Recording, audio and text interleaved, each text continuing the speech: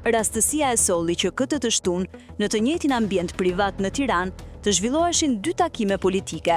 Në njërën anë kandidatja e PS-s për kryeqytetin, në tjetrën grupi negociatori PD-s, i drejtuar nga Triumvirati, i mandatuar nga Berisha për të gjetur një emër.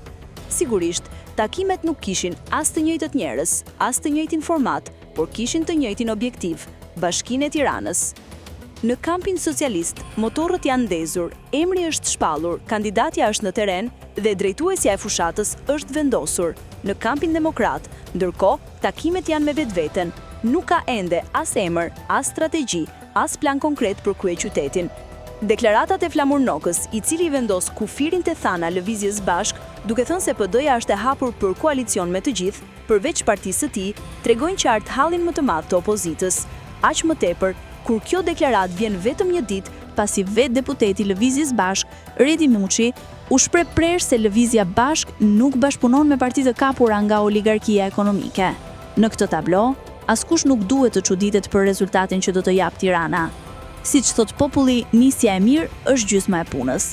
Nga mënyra si e ka nisur, fundi i kësaj pune duket pa surpriza.